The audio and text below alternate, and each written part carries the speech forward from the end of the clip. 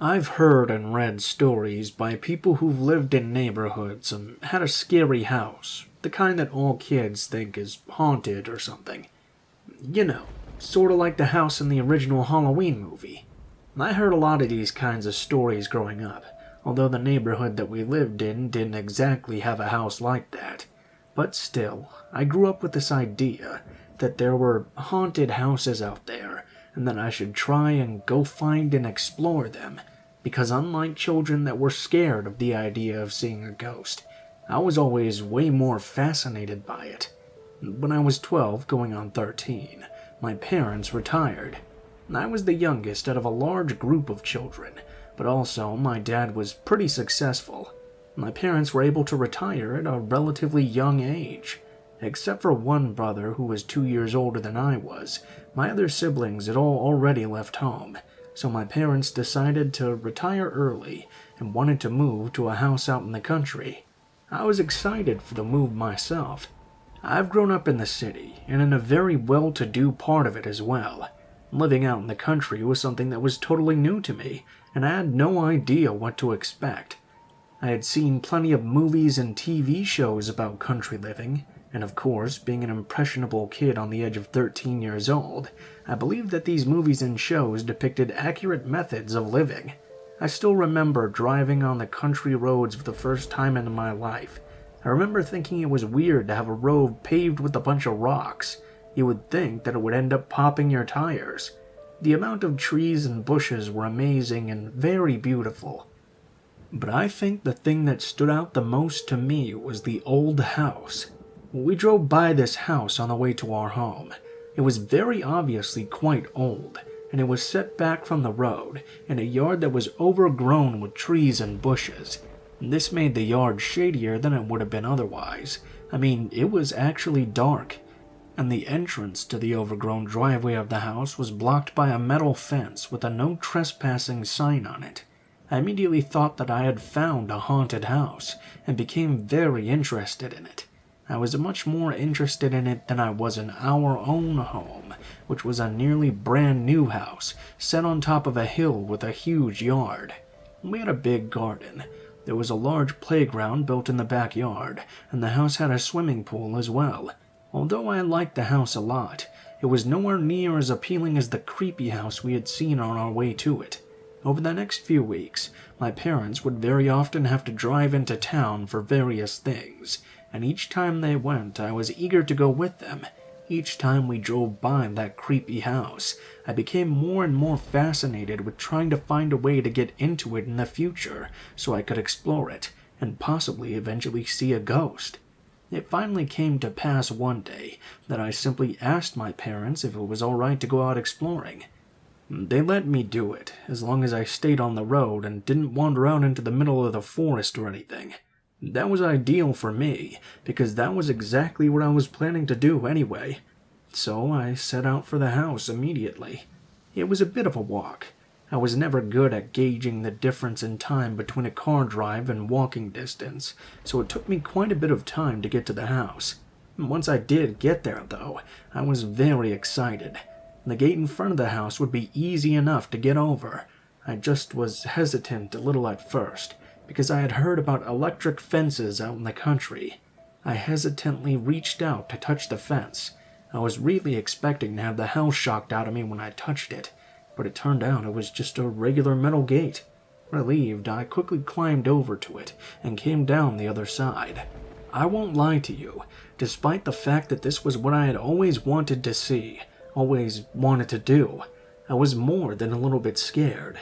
I slowed my walking pace down quite a bit as I approached the house. The house itself was the complete opposite of the one we had moved into. It was old and quite clearly in disrepair. The outside walls of the house were just wooden boards, something I had never seen before. They were old and very dark gray, like the entire building itself. Several of the windows had also been boarded up. I went up to the house, and the front door opened quite easily. I could feel my heart beating faster, because I was finally getting a look inside this place. The inside of the building was even creepier than the outside. It was dark, of course, which probably explained it. There was furniture and things along the wall, but they were all old and very rotted. Every step I took made a creaking sound that at first I enjoyed. I wasn't in the house very long before I heard something I had not expected to hear, though. Remembered that I had wanted to experience seeing or hearing a ghost? Well, I heard something a lot scarier than just a spirit. "Hey, does it sound like someone's walking around upstairs?" I heard a voice come from what I expected to have been the basement. "Go check it out," another voice ordered. I absolutely had not expected anyone to be in this old, seemingly abandoned building, and while I considered the fact that I was wrong, I also thought that maybe they weren't supposed to be there any more than I was. I heard someone walking upstairs. I did the only thing I could think of doing in response. I turned and ran back toward the way in. I ran out the door and didn't even bother closing it. As I was running for the gate, I heard someone yelling things behind me. I can't really remember what was being said, though. I only knew that the voice sounded extremely angry with me. I jumped over the gate, turned and ran down the road toward home. I didn't stop until I got there, without looking back over my shoulder even one time. It was also the longest I had ever run in my entire life. I didn't tell my family or anyone about what happened for a long time. About 2 years later, I did mention it to a friend of mine. He wanted to go back to the place and check it out. I was very hesitant to do so, but he had a rifle that he used when he went hunting, so he brought it along with him. On exploring the house once again, there was no one there, but in the basement, there was furniture that was far less rotted than the furniture in the rest of the house. There were cots and a table as well. There were at least enough there for 3 people. I never found out who it was that was in the house or what they were up to. I guess they never found me either. But regardless of what they were doing, they sure scared the hell out of me that day.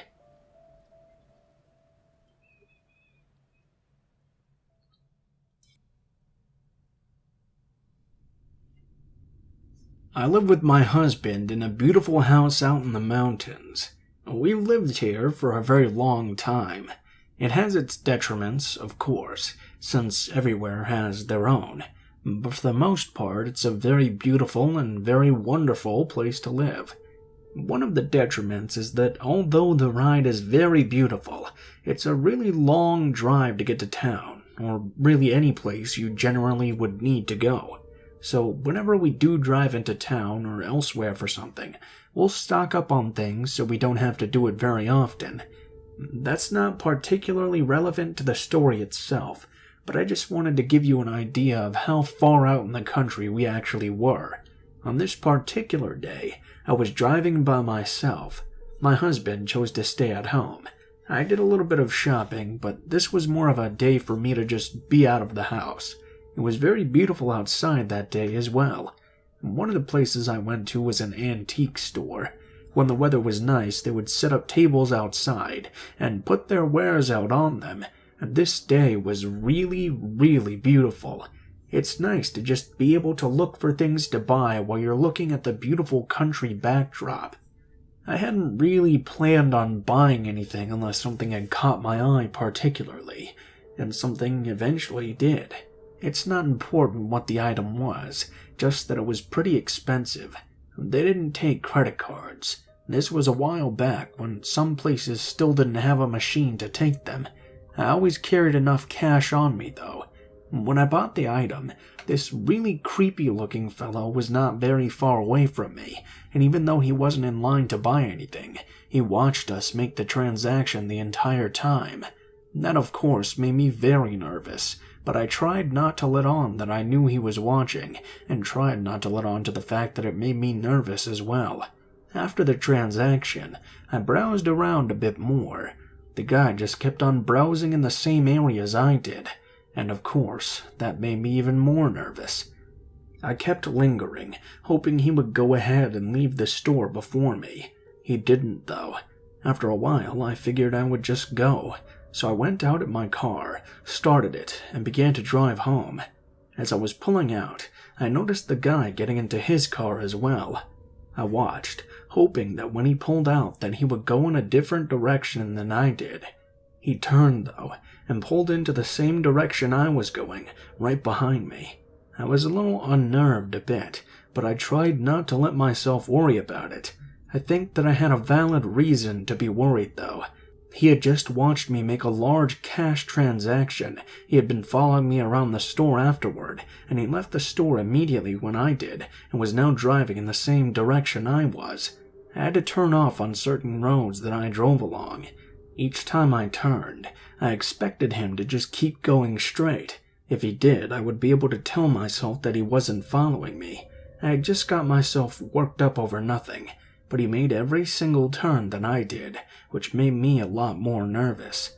The nervousness got worse as I began heading up the mountain. As I mentioned, we live extremely far from town. While I was driving, it began to get later, and the sun began going down, and this creepy guy just kept following me. There were plenty of places for him to turn off the mountain as well, but the guy kept on going, and that made me incredibly nervous the entire time. I suspected he probably had noticed the amount of cash I'd had on hand and wanted to follow me home where he would rob me. I had a CB radio in the car. I thought about trying to get in touch with the police. That thought didn't last long, though. It would be hard for them to find me, since I was constantly moving, so instead I radioed my husband and told him everything that was going on. I was absolutely sure now this guy was following me. We talked about it, hoping the creepy guy was also not on the radio, listening to us talking about him. Despite working something out with my husband, I can't relate to you how terrified I was when we got to my driveway. It was a long driveway, and my house looked like the finish line to a scary race. It wasn't completely dark out yet, and I was able to watch as the creep's car pulled into the driveway behind me. I pulled the car all the way up to the house, and the car behind me followed. I then got out of the car and rushed onto the porch where my husband had been sitting on the stairs. I watched the guy get out of his car as well, something in his hand. My husband rushed me inside the house. He stood up and fired his shotgun at the creepy guy. Although it was rather dim, I could tell everything that went on after that. The guy had been walking toward the house, but the shotgun blast scared him so much that he fell onto the ground.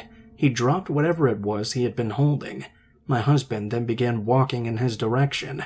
The man scurried to his feet and hopped back into his car. He hadn't turned it off, so he popped it in reverse and backed out of the driveway as fast as he could. He turned out of the driveway and went back the same direction we had come from. My husband went and picked up the item the man had dropped. It was a crowbar. When he showed it to me, it sent chills down my spine. He was obviously planning on beating me with it, or maybe worse.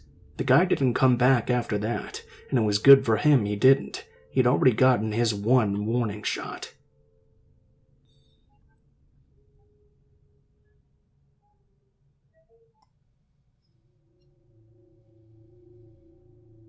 The strangest thing that's ever happened to me happened when I was just a young teenager.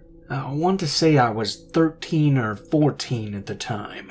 One of my favorite activities back then, and even now, was to go on hikes or go camping. It wasn't unusual for me to go alone either. My parents always joked that when I grew up, I would probably just end up becoming a hermit. I haven't, of course. This was just going to be a hike, though, not a camping trip, and I decided that I was going to go alone. I went out and was planning on spending the entire day out in the woods. I liked being in that area, and I was absolutely familiar with it as well. That familiarity was what I really liked. I went over the hill and down towards this clearing that I had always liked as well. It was always especially nice in the fall, when the leaves were all changing colors. As I was descending down the hill, though, I noticed something extremely weird. It seemed like some sort of figure was hanging on a tree, but not like hanging from a branch. It appeared to be tied to the trunk of it. As I got closer and closer towards it, I realized it was not a real person or anything. It appeared to be some sort of scarecrow. It was tied around the chest and feet to the tree, and it also appeared to be shot full of arrows. I was morbidly fascinated with it. I went all the way up to the tree to take a look at the scarecrow. I was a bit shocked to see that there was a picture on it. It was a face, and it was the face of someone I knew. A guy named Tommy. I was very creeped out by the situation, and I didn't know exactly what to do. I decided I would just make sure to tell Tommy about it the next time I saw him. The next day at school, I made it a point to go and find Tommy, but he wasn't at school. I didn't know his phone number or anything like that, so I waited for him to be at school the next day, but Tommy didn't come that day either. I learned soon after that he went missing the weekend of the time I found that scarecrow. I told the police about the scarecrow as well, and showed them where I had found it, but when we went back it wasn't there anymore. They told me that they believed me, but if someone had hurt Tommy, they had obviously come back to take the scarecrow away. Tommy was listed as a missing person after this, and to this day, I have no idea if anyone has ever seen him again.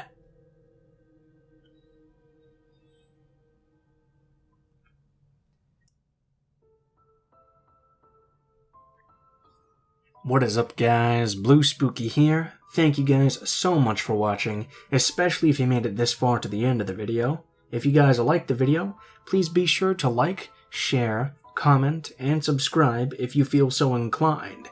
That sort of stuff really helps me out with the audience engagement and really helps my videos get out to a lot more people.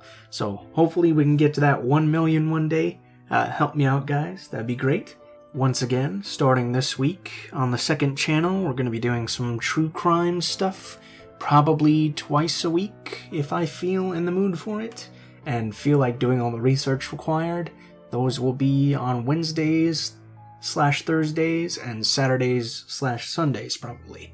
So look forward to that if you're interested. There's a link to my second channel in the description. The name is Mr. Blue Sky, so keep an eye out for that. If you guys feel like contacting me for any reason, links to all of my social media will be in the description below, including my Facebook, Twitter, and Gmail accounts. Send me a message on any of those, and I'll try to get back to you as quickly as possible. If you do decide to send in a story, please make sure that it has proper grammar, and try to include as much detail as possible so it's long enough for me to include in a video. Also, please be sure to include in the tagline what the name of the story is, if it has one, what type of story it is, if it has a theme, and how you would like to be credited in the description of the video the story appears in. If you guys are curious about the art used in this video, links to my artist, Alan, will be in the description below. He does a lot of horror art stuff, and he's really good at it. He also does commissions, so if you guys have any projects you want to work on or something, please be sure to check him out. He can probably get you something really good. As usual, links to the music used in the video will be in the description below in the order which it appears. I think that's pretty much all for now, guys, so thank you guys so much for watching, and I hope you guys have a great day.